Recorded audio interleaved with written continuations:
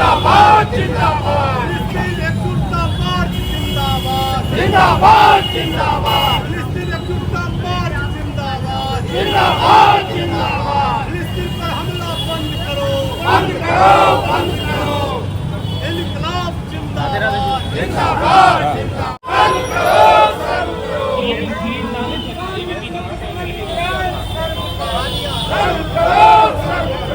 फिलिस्तीन की रक्षा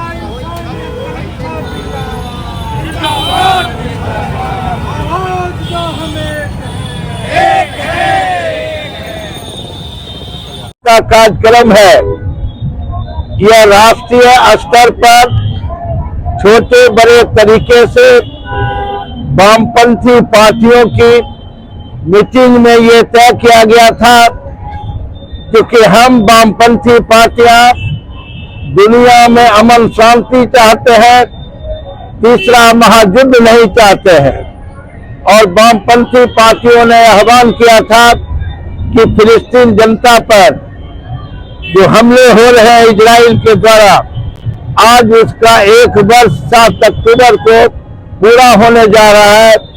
इसलिए इस बरसी पर पूरे दुनिया के भीतर और इस देश के भीतर प्रतिरोध मार्च का आयोजन किया गया है। हमें युद्ध नहीं शांति चाहिए और इजराइल को कटघरा में खड़ा किया गया है। इस रूप में लगभग 85,000 प्रत्यक्ष और अप्रत्यक्ष रूप से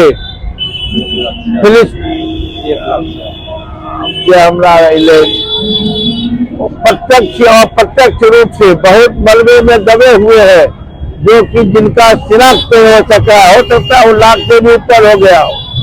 ये जो नरसंहार है वो एक तरफा नरसंहार है और इसका विश्वव्यापी असर हुआ है।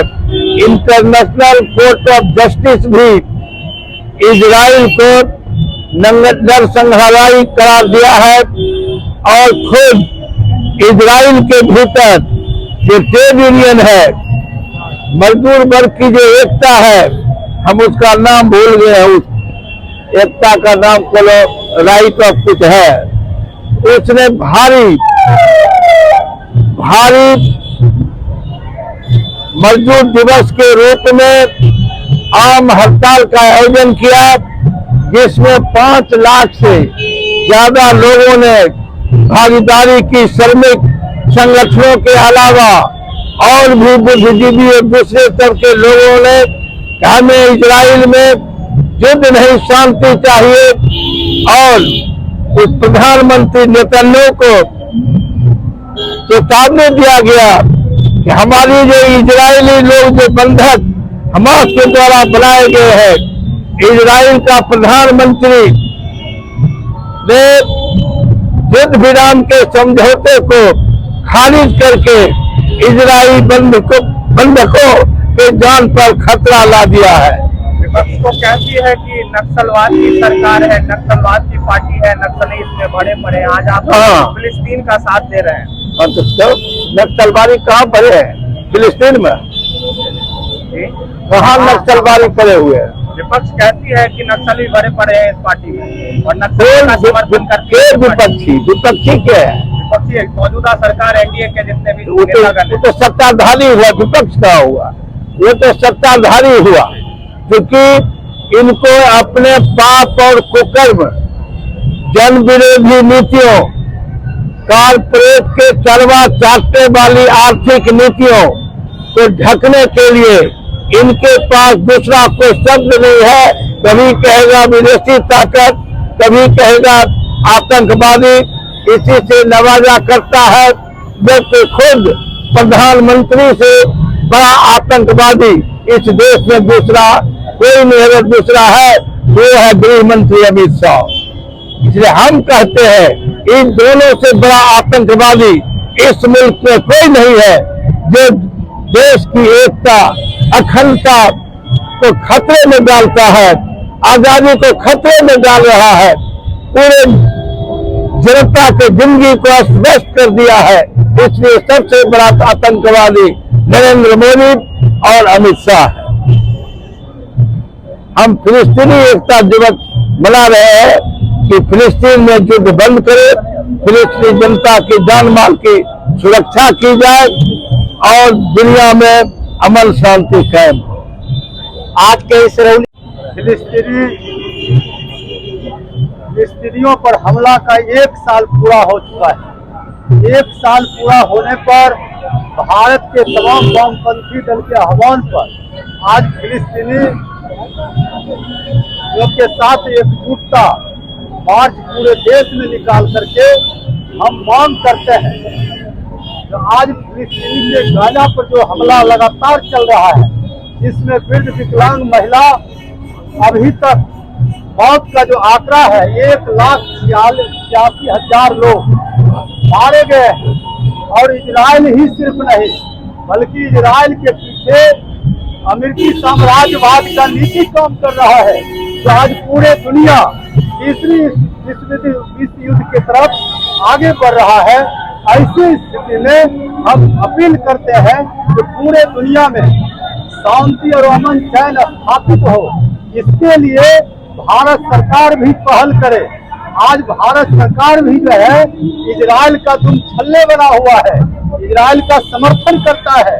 इस लेकर के हम मोदी सरकार से मांग करते हैं इजराइल का और अमेरिका की जो युद्ध नीति है इसके खिलाफ शांति का पहल करे। इसी मांग को लेकर के आज ये देश में आज वामपंथी दलों का प्रतिवाद मार्च है। दिवाकर प्रसाद, जिला सचिव भाजपा माले। सदस्यता अभियान को लेकर क्या कहेंगे? भाजपा जोर शोर से पूरे देश में सदस्यता। अरे अभी मुद्दा कुछ है तो आप कुछ उठा कर ले रहे हैं। भाजपा को जो है देश में रोजी रोजगार और स्वास्थ्य पर चर्चा करने का फुर्सत नहीं है। आज पूरे उत्तर प्रदेश में जो है अभिव्यक्ति का दुश्मन बन चुका है योगी सरकार। आज मणिपुर में लगातार जो है हिंसा के जरिए वहाँ के दलित आदिवासी पर लगातार हमले चल रहे हैं। आज 6 महीना से ऊपर हो गया, 1 साल होने को है, लेकिन मोदी जी एक बार भी वहाँ नहीं गए। इसलिए करके आज सबसे बड़ा देश में खतरा यदि है तो मोदी सरकार से खतरा है, अमित शाह से खतरा है। तो देश में शांति चैन जो है छीना जा रहा है, रोजी रोजगार समाप्त हो चुका है। सीपीआई जिंदाबाद जिंदाबाद जिंदाबाद जिंदाबाद आपको लेता है अनिल रंजन।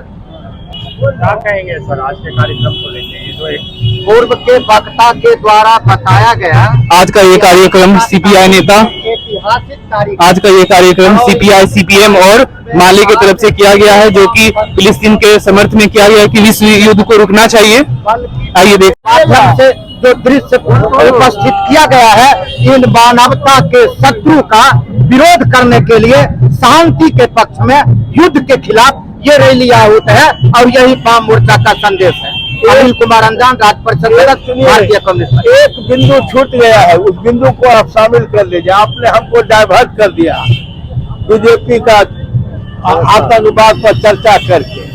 मूल बात है, भारत की परंपरा रही है आजादी के बाद ये इजराइल को अछूत के रूप में भारत ने उसको देखा, अछूत के रूप में। हमारा इजराइल के साथ कोई किसी प्रकार का कोई संबंध नहीं था और फिलिस्तीनी जनता के साथ हमारी हमेशा एकजुटता रही है। हम आपको ऐसा बताते हैं, जब फिलिस्तीन के नेता अराफत साहब थे तो बेगूसराय भी आए थे, मुरारजी देसाई भी थे, हम लोगों ने भी भाषण किया था और रतनपुर में जगदेव के यहाँ सबका भोजन का कार्यक्रम हुआ था। लेकिन यह पहली भारत की सरकार है, मोदी सरकार, जो इजराइल के साथ संबंध स्थापित किया है और एक बार स्वतंत्रता या गणतंत्र दिवस के अवसर पर इजरायली प्रधानमंत्री को मुख्य अतिथि के रूप में न्योता दिया था। ये घृणास्पद और हिंदुस्तान के शानदार परंपरा के खिलाफ, गुटनिरपेक्षता के खिलाफ ये मोदी सरकार का कदम है। इसलिए आज वामपंथी पार्टियां ये भी मांग करती हैं कि इजराइल के साथ भारत सरकार का जो समझौता अच्छा, ये तो माने हम, पर आप तो बांग्लादेश में जो नर हिंदू संघार हो रहा है उसके बारे में आप क्या कहना चाहिएगा? कहीं भी नरसंहार है उसको कोई उचित नहीं ठहरा सकता है, चाहे वो हिंदू आतंकवादी हो, चाहे वो मुस्लिम टेररिस्ट हो, चाहे कोई भी उग्रवादी हो, उसको कहीं पर जस्टिफिकेशन उसका नहीं है। इसलिए वहां भी आज क्यों हो रहा है, बांग्लादेश की दक्षिणपंथी और कट्टरपंथी ताकतों ने शेख हसीना का तख्ता पलट किया है, क्योंकि अमेरिका चाहती थी कि वहां पर एक सैनिक अड्डा बनाना जिससे चीन से वो मुकाबला कर सके, मगर हसीना ने ये इजाजत अमेरिका को नहीं दिया। इसलिए इसके पृष्ठभूमि में जाइए, इसलिए इजराइल के साथ जो भारत सरकार का हथियार का समझौता है, जो आयात और निर्यात होता है, इसको तत्काल बंद करे, कोई संबंध उससे नहीं रखे। ये आज हमारा इस प्रतिरोध मार्च का एक मजबूत मांग है। आप क्या कहना चाहिएगा? भारतीय राष्ट्रीय आजादी आंदोलन में हंसते हंसते फांसी का फंदा चूमने वाले, जेल जाने वाले, शहादत देने वाले लाल झंडे के सिपाहियों ने, जिनके प्रतिनिधि भारतीय संविधान में अटूट आस्था रखते हुए संसद से लेकर विधानसभा तक में चले जाते हैं, वो सीपीआई, सीपीएम और माले और भी अन्य वामपंथी दलों के द्वारा युद्ध के खिलाफ दुनिया भर में जो युद्ध पिपासु इजराइल है उसके खिलाफ इंसानियत की रक्षा के लिए आज एकजुटता मार्च निकाल रहे हैं।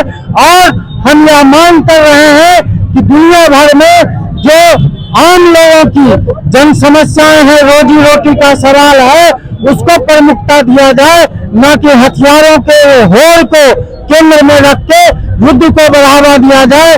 दुनिया आज तीसरे विश्व युद्ध के मुहाने पर खड़ा है। कभी भी पूरी दुनिया आमने सामने युद्ध के आगोश में समा सकती है। आज हम लोग लाल झंडे के सिपाही इसके खिलाफ, युद्ध के खिलाफ, शांति के लिए, इंसानियत की रक्षा के लिए, मानवता और मानवीय गरिमा की रक्षा के लिए आज इस दुर्गा पूजा के मौसम में भी सड़कों पर उतरे हैं और हम युद्ध के खिलाफ लगातार सड़कों पर संघर्ष करते रहेंगे। अभिनव कुमार अकेला, जिला संयोजक, all India youth federation, Begusarai.